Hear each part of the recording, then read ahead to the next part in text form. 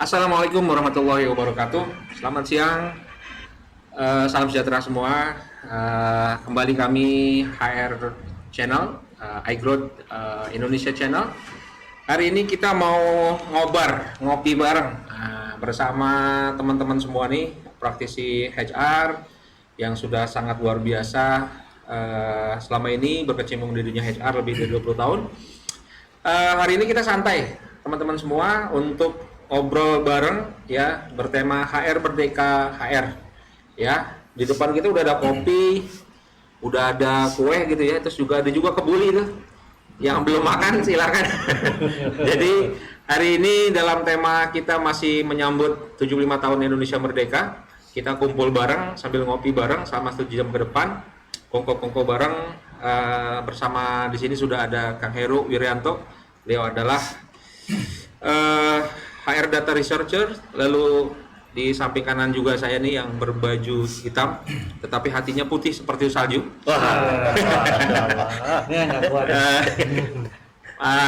Apa panggilnya, Om apa Mas nih ya, Mas Haidir gitu ya, Om Haidir. Oke. Beliau adalah Head of HR dari DM Group. Lalu biasa ya partner saya ya, Denny Makarim, founder DHM Partner. Ya kita selalu sering mampir terus berdua nih biasanya. Dan yang terakhir sebelah pojok sana paling ujung Om Yunus Yusuf, Coach and HRGA Specialist.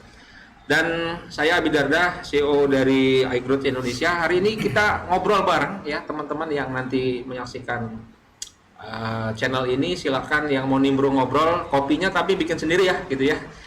Atau pesan sama Kang Heru nih.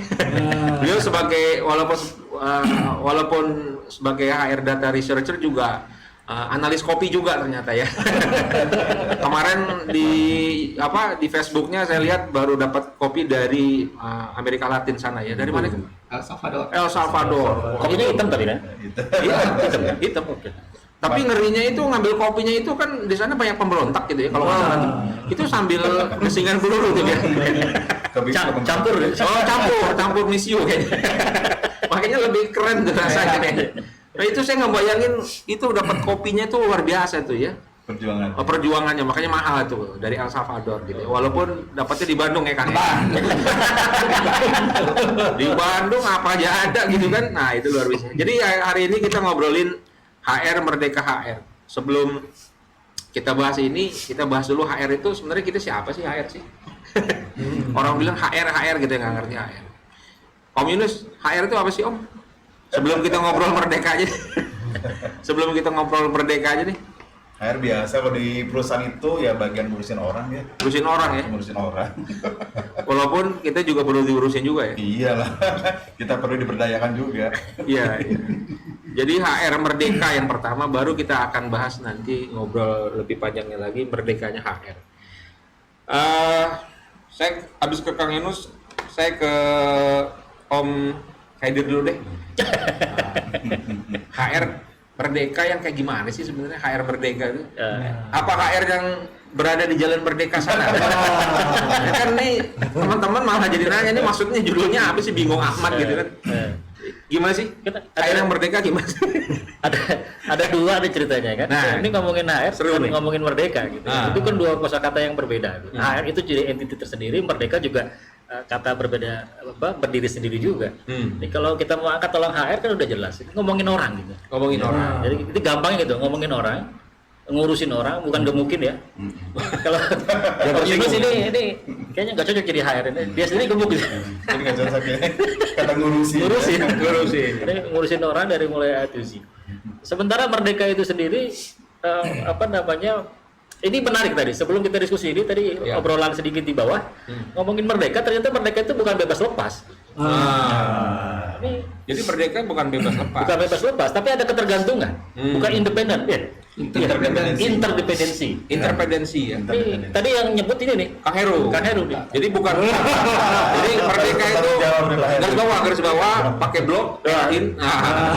Bukan, Merdeka itu bukan independen, tapi interdependensi. Penuh dengan ketergantungan. Entah apa yang digantung, bagaimana menggantungnya. Tapi jangan lama-lama, kalau gantung kelamaan pusing juga. Nah itu dia. Tambah status nanti ya. Pak Heru nih, ini gara-gara Pak Heru sebenarnya. Nah, gimana Kang Heru? yang dimaksud interdependensi itu apa sih sebenarnya? HR yang seperti apa sih sebenarnya? Artinya begini, Berat nih, berat. nggak mungkin HR itu berdiri sendiri. Kalau dia berdiri sendiri nggak ada produksi, nggak ada yang lain, ya perusahaannya perusahaan. HR kan nggak ada. Itu satu. Tidak berdiri sendiri. Tidak berdiri sendiri. Artinya berdiri dengan beberapa orang atau dengan yang lainnya. Dan kalau kita lihat seorang perkembangan dari, kalau kita sedikit nitip psikologi perkembangan orang itu kan sebetulnya berkembang dari masa anak, masa bayi dan sebagainya, itu dependensi. Orang itu dependen sama orang tuanya. Remaja sampai dewasa itu bukan independen, bukan artinya setelah dewasa dia bisa apapun boleh kan. Tetap harus ada interdependensi sama orang tua. Bagaimana menghargai yang tua. Nah, itu artinya saya melihatnya konsepnya tidak independence, kebebasan dalam pengertian semua boleh. Ya. Artinya ada rules, ada norms yang harus diikutin gitu oleh HR. Sehingga di sini saya melihatnya interdependensi adalah kedewasaan seorang HR untuk bisa menegakkan suatu keputusan, kebijakan yang dari segi keilmuan dan profesionalitasnya dia putuskan benar. Dan itu saya bilang tidak tergantung pada azas kebanyakan orang. Jadi bahasa asasnya bukan fragmentis. Jadi keberanian dia, kalau dia merasa bahwa secara profesional ini benar, secara keilmuan benar, orang lain mengatakan salah, itu hukumnya adalah menurut saya memang benar.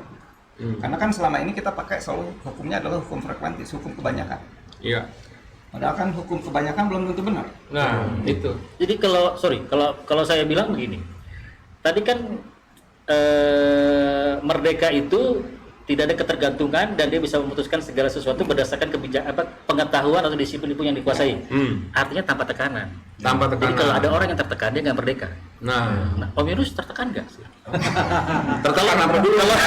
Kalau hidupnya tertekan, berarti hidup itu belum merdeka. Tertekan atau menekan jadi beda ya. Iya. Dia harus lihat posisinya. Gini, tertekan itu kan unsur ketidaksengajaan. Dia harusnya tidak ditekan, Dikondisikan.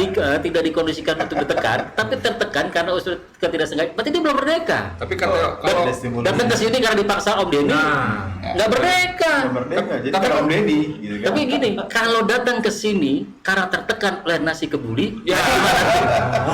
Itu baru pas. Tapi kalau kata motivator tertekan itu adalah baik. Bahkan ada seni menekan. Seni menekan hidup. Nah, kalau pengertian di saya begini.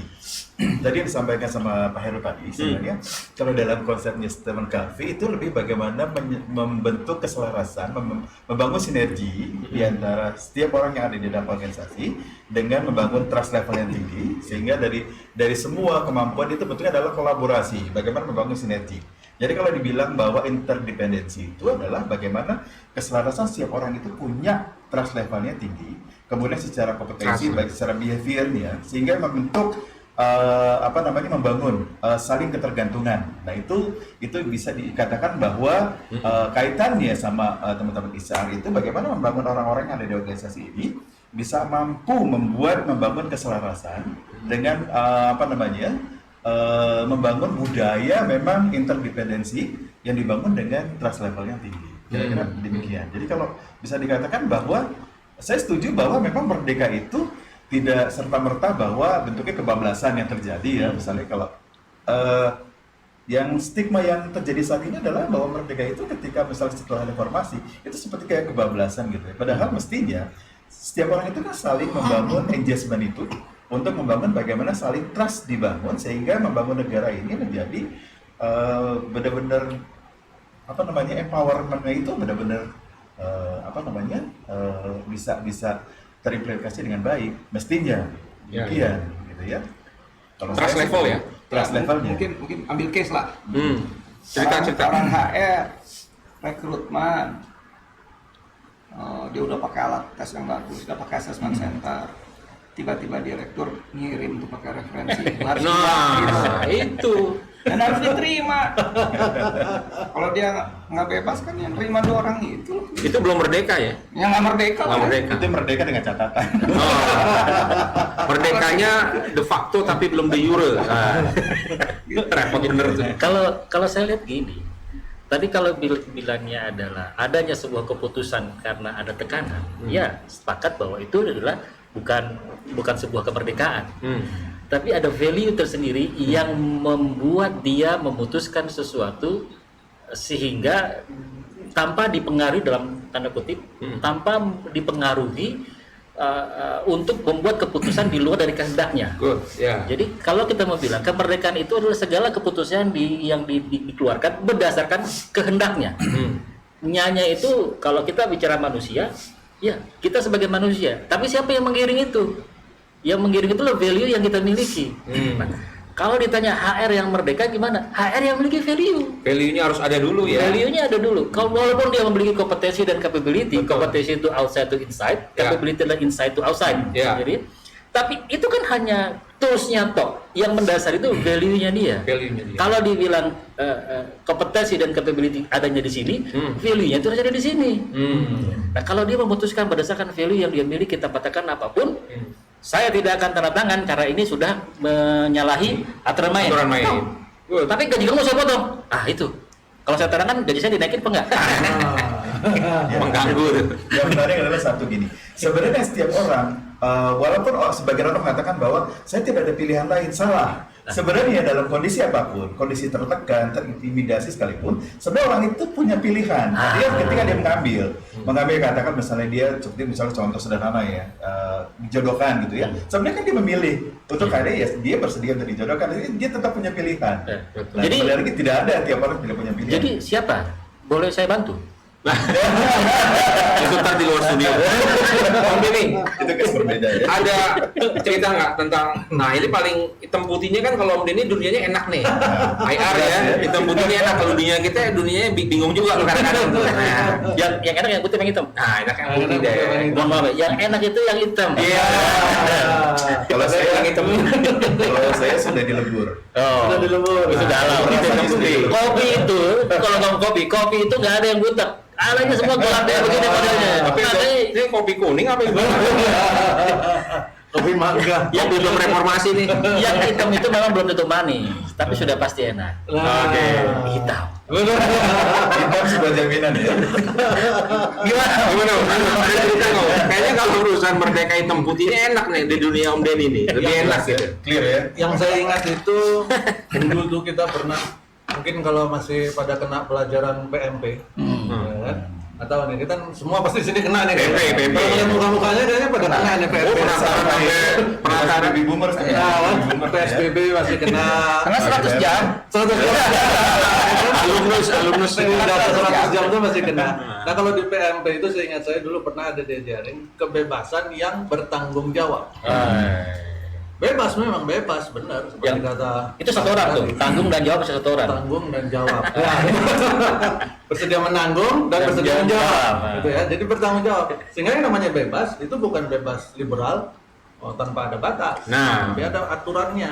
Nah, kalau ngomongin aturan dalam konteks kita di HR jelas dong. Sudah ada aturannya segala macam. Yang sekarang ini emang lagi aturan ini lagi agak-agak Rame lagi rame ya. Takut di sono di jalan apa sih itu ya? Merdeka. Di gedung rakyat sana tuh, ya di rumah rakyat lagi dibahas rencana mau dirubah aturannya dan sebagainya. Nah, tinggal itu. Nah, masalahnya kan kalau kata Pak Yunus tadi yang menarik adalah apakah di lapangan yang kita bahas ini tentang kemerdekaan, masing-masing kita itu benar-benar merasa sudah bisa tadi kebebasan yang bertanggung jawab. Kalau dalam bungkus profesi kita itu yang profesional. Ya kan? Kebebasan yang bertanggung jawab itu tentu dikendalikan juga oleh aturan, baik yang tadi hitam putih maupun profesionalisme. Ya kan? Kita di hire itu buat apa sih? Di hire sama si bos sama si direktur buat apa? Untuk menggunakan profesionalisme kita kan? Bukan buat ABS kan? Kalau si bos ini yang merekrut saya direkrut justru untuk banyak mengingatkan beliau berdasarkan ilmu yang saya punya. Ya kan? Bukan saya ngikutin apa kata beliau, Pesanan beliau ya. bukan ngikutin pesanan. Kan gitu tuh sebenarnya konsepnya profesionalisme. Kenapa orang HR direkrut? Kenapa banyak kompetensinya yang dibutuhkan? Kenapa banyak ujiannya susah, ya kan? Iya. Kenapa chemistry-nya dibesar-besarkan? Kalau pas lagi interview dan sebagainya, kan itu. Menarik nih, menarik. Jadi yang kalau merekrut HR yang dicari kan sebenarnya orang yang akan mengingatkan. Menarik. Jadi boleh ya kalau kita bilang bahwa Merdeka itu profesional? Pasti profesional ya kalau Merdeka ya. Profesional. Oke. Bungkusnya profesional. Maka orang yang profesional, orang yang merdeka sudah pasti profesional. Ya. Wah, ini kalau- Yang profesional tanda kutip belum tentu merdeka. udah merdeka. Justru saya menarik dengan pernyataannya Om Denny. Ah. Dengan keprofesionalannya dia bisa mengatakan iya atau tidak, setuju atau Setuju. tidak. Iya. Iya. Tapi kalau saya tidak profesional, saya tidak Iya. tidak bisa mengatakan hal tersebut. Berarti saya nggak merdeka. Iya. Betul. Tolong dong, kan besok nanti ketemu bos Pak Abi nih, bilangin saya naikin gajinya gitu. Nah. Kan bisa tuh. Pak Abi kan punya banyak alasan tuh kenapa gaji saya dinaikin. Sih, Ah, kan kayak gitu ya. tidak. Itu kan titipan. Benar. Tapi memanfaatkan keilmuan bahwa saya harusnya nggak naik gaji, tapi karena hubungan pertemanan dia melobi misalnya bosnya Pak Denny, Ya. maka bilang, tolong dong Pak Haidir dinaikin dong. Alasannya begini Pak, Haidir tuh kasihan Pak, dia hidupnya jauh, orang jauh segala macam. Kasihan betul lah. Itu kan Ya. memanfaatkan ilmunya yang Ya. tidak amanah. Value lagi balik. Value lagi. Nah. Kembali lagi ke value. Nah, jadi betul ya, dunia rekrutmen proses awal kita kan pasti pakai value tuh. Pasti tuh. Wah, di apa namanya di awal tuh kita mau on the strict banget gitu ya. Nah, tapi pas dunia real after hire Pesan. mulai kan ini kan HR juga ada seninya. Nah, tadi yang diobrolin Om Haidir tadi tuh, ya itu kan seni. Betul nggak sih kayak gitu sih Kang Heru? Prosesnya apakah harus begitu terus atau memang harus strict-strictan aja? Kan Merdeka kesannya jadi strict banget sih gitu. Jadi tadi menarik kalau bicara profesionalisme. Apa sih artinya profesionalisme? Nah, Nah, itu Lawannya apa? unprofesional. bukan. Kalau di tinju ada amatir. Oh, amatir. Apa bedanya? Nanti. 3 ronde doang kalau amatir mah. Iya kan 3 ronde doang. Ini rewardnya beda. Kalau profesionalisme bayarannya berbeda. Pakai itu, pakai pelindung. Dia sudah kompetensinya diakui dengan IBF, dengan ikatan dan lain sebagainya. Jadi yang profesionalisme belum tentu merdeka. Ada auditor dia udah profesionalisme, tapi ketika dikendalikan oleh kliennya membuat suatu laporan keuangan, dia nggak merdeka. Ya. Headhunter yang ternyata dipesan sama perusahaannya untuk memasukkan satu orang dua orang yang sama gitu ya, itu nggak merdeka. Yang merdeka artinya memang punya tadi independensi atas dasar keilmuan dan keahlian dia. Kalau kata saya A, Ya, ya A, tidak ada B gitu ya. Kalau di dunia data science itu jelas. Lawan saya itu adalah yang disebutnya istilahnya itu kalau Kudanil bahasa hypo. Kalau di telemanagement itu high potential. Tapi kalau di data science hypo adalah the highest employee yang dibayar untuk membuat suatu opini. Oke. The highest ini. employee opinions. KOL, call. Ya. Key opinion leader. Ya. Nah, itu kan itu musuhnya data science. Karena kalau orang data science kan ini datanya begini. Ya. Tapi ketika dia misalnya saya junior, seorang data scientist sudah buat presentasi yang sangat bagus, tiba datang yang sudah sangat profesional 15 tahun, bullshit dengan itu semua, intuisi saya mengatakan B. Tetap ya. Tapi itu intuisi bukan data. Ya nggak apa-apa, B. Oh. Dan akhirnya bilang ya udah B aja Pak. Gitu. Itu. Itu nggak merdeka gitu. Artinya Ya. artinya masih bisa maksudnya artinya dikendalikan oleh orang lain. Exactly. Masih ada unsur subjektif juga. Tapi enggak, mereka dari gini. Tadi kan bilang profesional itu kan memutuskan sesuatu berdasarkan kompetensi dan capability yang dimiliki dan value yang dia miliki. Kalau singkat mau, tahu dan mampu. Ya. Dia mampu melakukan berdasarkan pengetahuannya dia bahwa orang itu bahwa hasil keputusan tidak boleh B, Ya. hasil keputusan C. Pada saat diminta B dan dia memutuskan B, maka dia tidak profesional. Maka dia tidak profesional, maka dia tidak merdeka. Iya. Itu kenapa? Kenapa orang yang profesional diminta sesuatu itu gak tenang? Karena bertentangan dengan value yang dimiliki. Exactly. Saudara, sebangsa dan setanah. Ya, Satu anak satu air. Ya, satu air satu air ya. saya perhatikan juga gini ya. Fenomena yang terjadi adalah ketika kita memutuskan untuk kita menekuni bidang kisah. Artinya kita juga dihadapkan kepada hal-hal yang dilematis dalam keseharian kita, entah itu keputusan apapun, entah itu dalam menjalankan apapun. Gitu ya. Contoh kalau dalam konteks profesional, secara HR itu juga bagaimana dia memegang teguh nilai integritasnya dia terhadap pekerjaannya dia, di mana dia harus strict to the rules. Artinya memang tidak melihat bahwa siapapun yang melanggar, artinya memang dia strict, pokoknya ya melanggar, entah itu teman dekatnya, saudaranya atau siapapun, atau misalnya katakan misalnya anaknya pemilik perusahaan sekalipun, kalau memang rules lah, ya rules gitu ya. Artinya dia juga berani untuk mengatakan bahwa ini adalah peraturan. Kenapa? Ini menimbulkan friksi, termasuk juga bagaimana diskriminasi muncul ketika kita tidak strict sama rules-nya. Itu kan contoh bentuk profesional dari kalau kita berbicara konteks profesi HR ya, secara profesional. Ya. Bisa diukur dari situ juga mungkin ya. Oke, ini ada kasus nih, contoh. Kita biasalah ya, ini raja proyek ya, ini raja proyek. Dua raja proyek. Kita dapat proyek misalnya. Sedangkan klien mintanya kita ya sesuai request. Tetapi secara hasil nanti, hasil dari apa yang kita buat ini, pasti itu akan mengorbankan salah satu pihak. Pihak A misalnya, apakah itu karyawan, Jadi masih B, bias ya. pihak B misalnya requestnya dari owner perusahaan. Nah, kayak gini ketika kita udah request gini, kita merdeka nggak sih sebenarnya? Saya cerita sedikit ya sebelum Ya, ini. kalau ada case, kalau ada cerita bagus tuh malu. Jadi menarik begini. Waktu itu kita sedang diminta untuk melihat kondisi di lapangan seperti apa. Jadi saya nggak sebut perusahaannya apa dan proyek ini aktivitas tentang analisis. Temukan fakta di lapangan itu seperti apa terkait dengan kondisi perusahaan. Ketangkaplah itu, kita dapat itu. Ada beberapa poin-poinnya tertentu, kita dapat poin tertentu dan itu poin sensitif satu. Yang kedua, orang-orang yang bermain siapa saja. Dan kita dapat itu juga. Betul. Terus diminta untuk menghilangkan orang ini dan menghilangkan poin ini. Kita bilang, Pak, mohon maaf. Kalau Bapak itu yang Bapak minta, kita nggak bisa lakukan itu. Kenapa?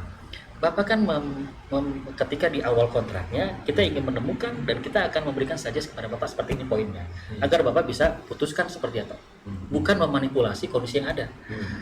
Itu satu. Yang kedua, akan menjadi sebuah catatan nanti perusahaan ini kami terlibat apa enggak di sana. Kalau kami terlibat di sana dan kami salah merekomendasikan, itu jadi integritas, jadi apa namanya? Bumerang. Jadi moral kami di mana? Kredibilitas ya. Atau begini saja, saya buat ini apa adanya dan temuan kita dan apa rekomendasi kita dan beberapa step. Bapak nanti bikin presentasi sendiri. Tapi jangan mengatasnamakan kami. Tapi kalau Anda tidak mau ikut saya nggak bayar loh, Mas. That's why. Itulah sebabnya kita minta di depan. Tips dan Minimal 50%. Tips dan trik ini. 75%. Thank you udah dikasih tahu jadi. Ya. Om Denny. Ya, menarik banget sih memang. Jadi begitu banyak sebenarnya itu kalau di lapangan sebutnya banyak pesanan kan gitu ya. Nah, Banyak pesan sponsor. 3 telur, 4 telur kan. Banyak pesan sponsornya di sana. Memang pada saat sebuah institusi atau perusahaan, nggak bilang dari mana atau siapa, pada saat dia meng-hire, berarti dalam konteksnya ini konsultan ya. Kita benar-benar harus memperhatikan apa maunya dia. Yang dibutuhkan itu apa sih? Hai klien, yang Anda butuhkan orang yang memang menggunakan kompetensinya, kalau tadi istilahnya Pak Heru tadi, menggunakan kompetensinya untuk memberikan masukan, atau yang dibutuhkan adalah reporter yang membuat report, maksudnya ya, reporter wawancara. Reporter. Jadi orang yang membuat report maksudnya, Membuat report. semacam minute taker, ya kan? Hey, Denny, aku mau bikinin report begini ya. Nah, itu beda, harus clear di awal. Nah, bagaimana cara biasanya di awal si calon klien akan selalu bilang bahwa dia membutuhkan banyak masukan. Kan Anda sebagai profesional di bidangnya segala macam dengan track record, maka kalian butuhkan kemampuan itu untuk melihat, menganalisa kamu. Kalau itu dibutuhkan, yang disampaikan sama Pak Haidir untuk mengunci dengan teknik pembayaran itu bagus. Nah, ada bagusnya lagi, tambahin lagi. Biasanya kalau kami buatkan akta integritas. Ya, ya cakep tuh, cakep Ya banget. kan? Integritas. Di depan tuh ditandatangan dulu akta integritas ini. Ya, HR juga perlu ya? Yang tanda HR tangan, profesional ya? yang tanda tangan ini jangan mau orang-orang yang, mohon maaf nih ya, orang-orang yang kewenangannya masih setengah. Akta integritas sebaiknya ditandatangani, apalagi kalau konteksnya ke proyek-proyek yang sensitif di HR, apalagi kan misalnya investigasi, nah seperti tadi itu yang dilakukan sama Pak Haidir, sebaiknya akta integritas ini itu ditandatangani oleh orang nomor 1 di perusahaan itu. Jangan bintang 1. Jangan bintang 1, Langsung orang nomor 1 empat. gitu. Supaya menunjukkan bahwa komitmennya ada. Iya. Dia akan mendukung itu. Wah, nah dalam teknisnya benar kata Pak Haidir tadi, minta duitnya duluan. Gitu. Oke. Kalau di perusahaan Silakan. sebenarnya setuju ya. Saya menyambung yang sampaikan dari Om Heri tadi. Sebenarnya kalau di perusahaan, kalau kebetulan berdasarkan pengalaman saya terakhir, setiap karyawan baru itu diwajibkan untuk selain tanda tangan agreement perjanjian kerja, harus juga tanda tangan satu lembar fakta integritas. Iya, Yaitu iya. salah satunya adalah kita menerapkan namanya sistem blower apa nih ya? Whistleblower. Kemudian juga kita menerapkan bagaimana mengeliminasi apa namanya manajemen resiko, kemudian jika terjadi masalah gratifikasi dan sebagainya, itu adalah kita kuncinya adalah di dokumen itu. Jadi setiap karyawan termasuk posisi mau kontrak, mau kontrak base, mau profesi, semua diwajibkan untuk tanda tangan dokumen itu. Nah, yang menarik begini, ketika dihadapkan kemerdekaan terhadap sebuah kepentingan, ya, kan ketika kita di hire pada perusahaan kan untuk kepentingan perusahaan. Bapak saya rekrut sekarang ini untuk memajukan perusahaan, turut memajukan perusahaan. Nah, dengan cara apa? Nah, kan itu pertanyaan, dengan cara Bapak atau dengan cara saya atau dengan cara kita. Nah, yang menarik adalah ketika kata kunci memajukan perusahaan namun bertentangan dengan value atau integrity yang kita miliki sebagai HR atau data yang kita miliki terhadap sebuah perusahaan tersebut yang mengharuskan melakukan tindakan 1, 2, 3, 4, 5 ternyata hanya 1, 2, 3 saja, itu kan akan terganggu nanti. Nah, ini ada kisah juga menarik ketika Kisah ya story atau kisah cinta di perusahaan antara kita dengan banyak karyawan dan pimpinan perusahaan. Benar cintanya. Oh iya, orang kaya itu cintanya banyak. Makanya saya posting di Facebook saya, cinta itu bisa dibagi apa enggak sih? Gua soal mau jam udah ngantuk itu. Bisa dibagi tergantung oleh siapa dan berapa banyak. Cinta itu hanya satu jenis, tapi banyak jenisnya. Nah, jadi untuk pasangan jenisnya apa, untuk karyawan jenisnya apa. Oke, kembali lagi ke sini. Sampai mana tadi? Cinta. Oh, HR cinta. HR dan cinta. Karena kecintaan saya terhadap perusahaan, maka saya harus lakukan tindakan ini. Kalau saya tidak lakukan tindakan ini, maka berdasarkan ilmu yang saya miliki, saya nggak bisa lakukan itu. Ya. Kalau ibu memutuskan atau bapak memutuskan hal tersebut, ini akan mengganggu kinerja perusahaan.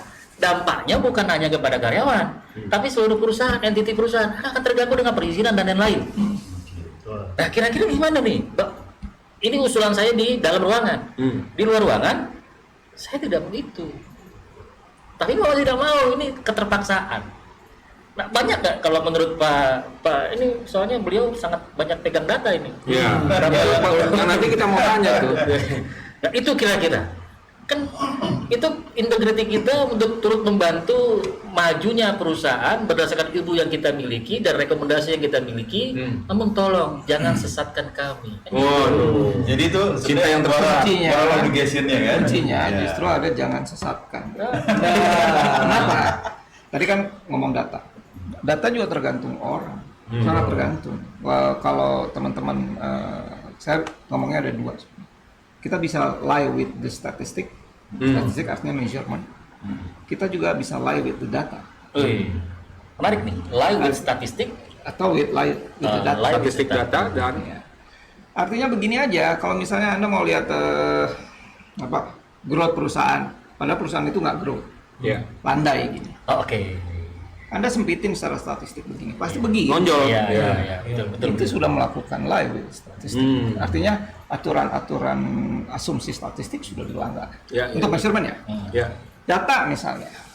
Data udah jelas ada outliersnya, masih kotor, variansnya masih besar, Simpulin. kita berani ngelaporin hal itu. Contohnya kesalahan paling banyak nih, performance appraisal.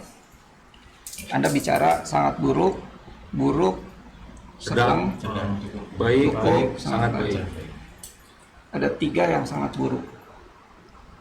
Ada 3 lagi yang sangat baik. Iya, di tengah itu masalahnya. Anda hitung pakai rata-rata. 3 tambah 3 bagi 6. Oh, berarti rata-rata.